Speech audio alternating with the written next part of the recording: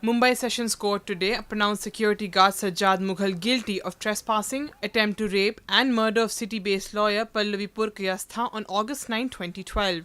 The court is likely to announce the quantum of punishment on July 3rd.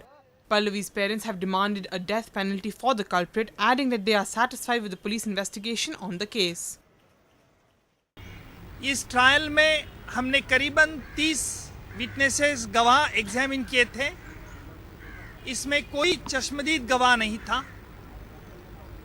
Trial में हमने telephone का mobile call data Sajad Pathan और उसी building के watchman के, इसके पूरे बावजूद एक कड़ी हमने कोर्ट में पेश की थी और कोर्ट ने आज आरोपी सजाद पठान को पल्लवी का विनय भंग करने के आरोप में दोषी करते हुए पल्लवी का बुरी तरह से मर्डर करने में दोषी करार करते हुए और उसके फ्लैट में अनऑथराइज एंट्री लेकर इलीगल ट्रेसपास करने के आरोप में आज कोर्ट ने सजाद पठान को दोषी पाया है।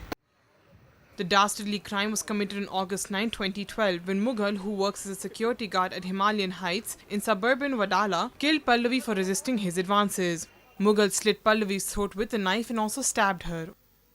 दिल्ली बेस पल्लवी पुरकायस्थ, जो बम्बई में एक वकालत फर्म में नौकरी करती थी और जिसकी शादी अविक सेन गुप्ता से होने वाली थी, ये दोनों बम्बई के वडाला के एक फ्लैट में रहते थे। 8 अगस्त 2012 को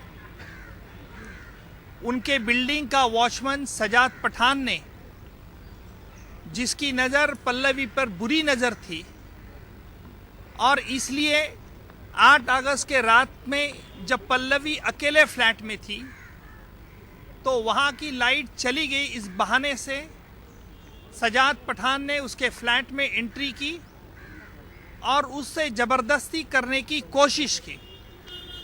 पल्लवी ने उसे विरोध करते ही उसने पहले चाकू से पल्लवी का गला चीर दिया और उसके बाद पल्लवी के आंख पर बहुत घाव चाकू से मारे थे और उसकी वजह से पल्लवी वही मृत्यु उसका हुआ था।